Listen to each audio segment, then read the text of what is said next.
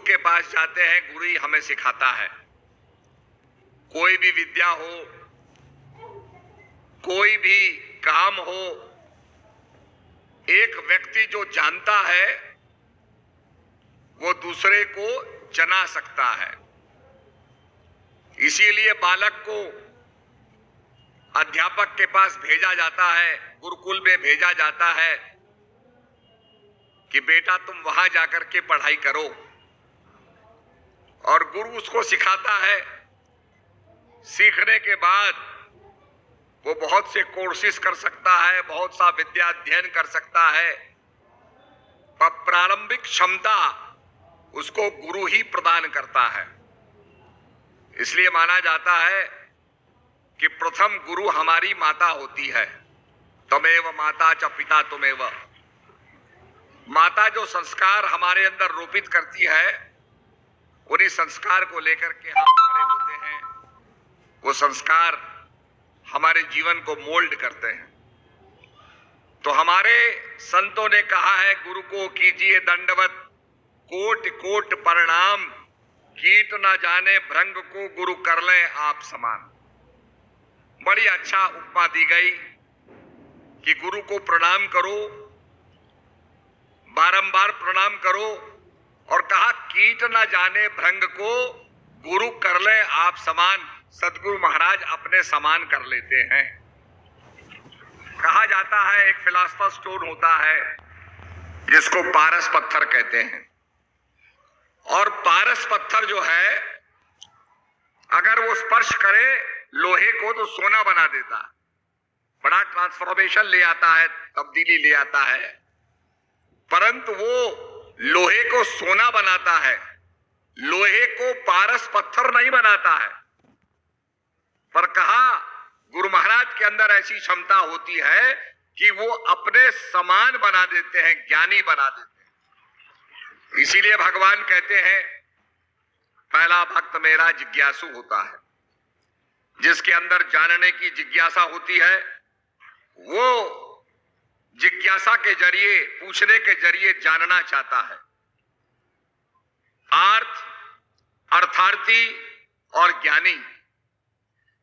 संकट आता है, अचानक हम बच गए, कहते हे भगवान, भगवान की कृपा हो गई, भगवान की कृपा से हम बच गए, भगवान का नाम लेते, ओ गॉड।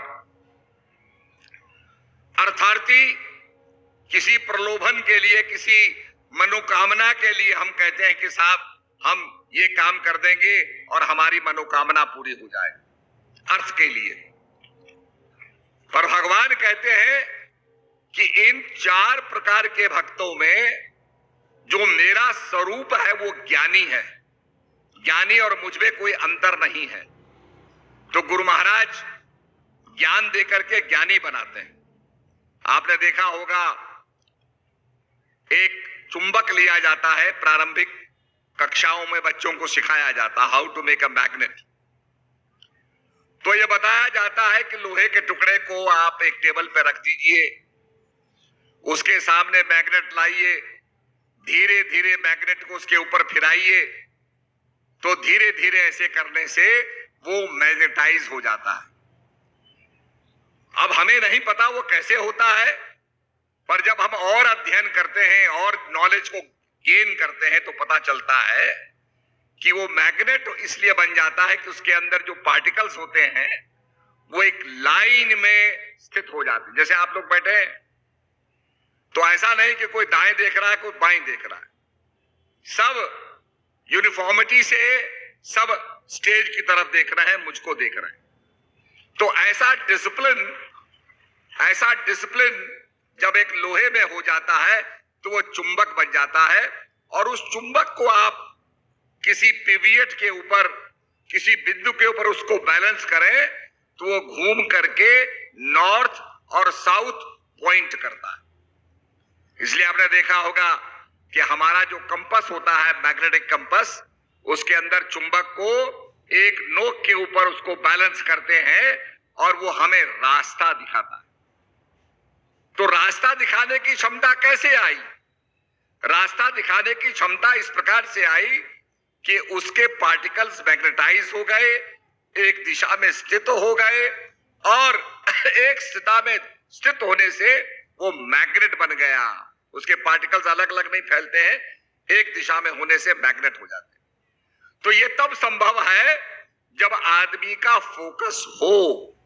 इसी प्रकार से हमारे अध्यात्म में भी कहा गया कि अगर आपका मन केंद्रित है योग के अंदर, चित्त वृत्ति निरोधश्च योगा। योग क्या है? चित्त की वृत्तियों का निरोध करना।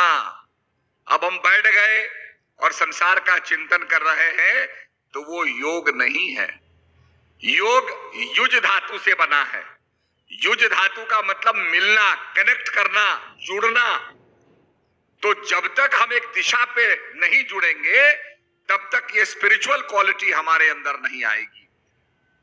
तो ये समझ में आता है कि अगर आदमी का मन एकाग्र हो, मन एवं मनुष्याणाम कारणम बंध मोक्षे हो, मन बंधन का कारण भी है। अगर ये संसार में लग गया तो बांध देगा, माया के अंदर लग गया बांध देगा, और अगर माया से हट करके ब्रह्म में लग गया तो आपको मुक्त कर देगा।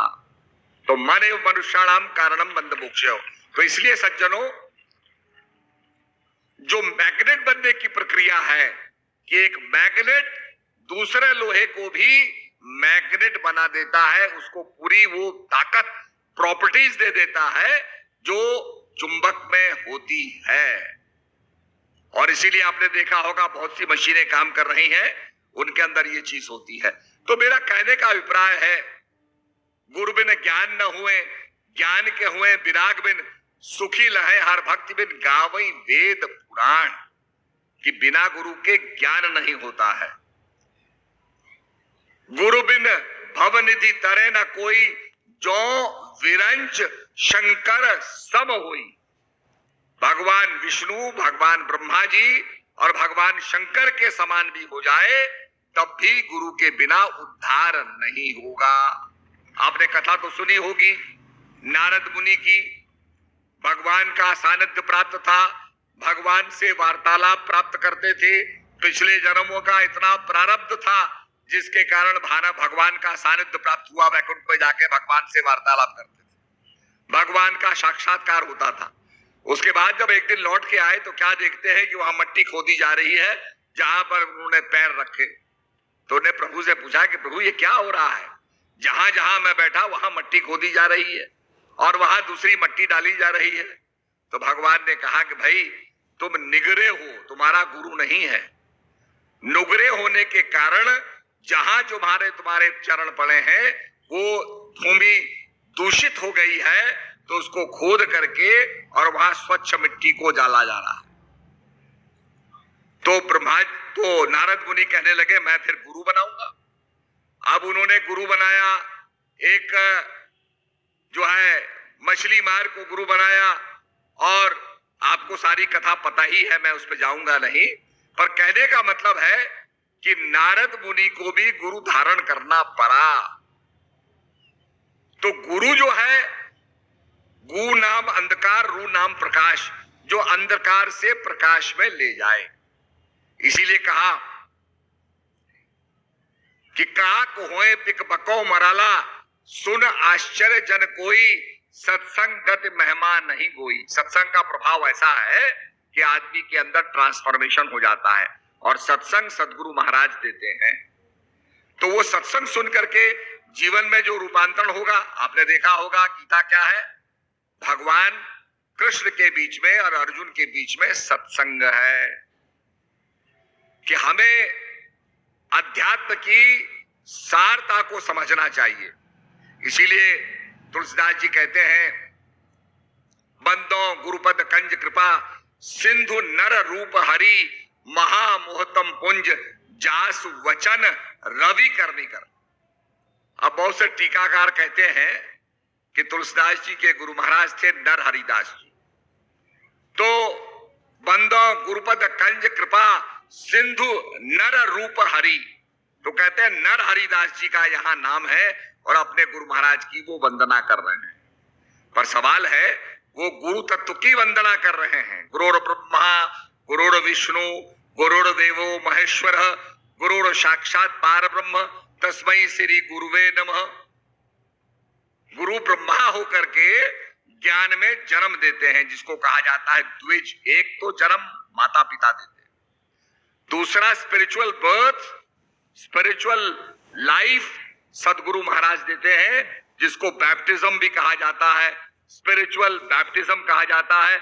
और अपने शास्त्रों के अनुसार उसको हम द्विज कहते हैं, द्विज बनना, दूसरा जन्म पाना। गुरुर ब्रह्मा गुरुर विष्णु, विष्णु करके सस्टेन करना और शिव करके सारे शंकाओं का समाधान करना। तो ये गुरु महाराज के अंदर कहा गुरुर साक्षात पार ब्रह्म तस्मै श्री गुरुवे नमः। तो गुरु महाराज का जो फंक्शन है वो ज्ञान देकर के व्यक्ति को ज्ञानी बनाना होता है।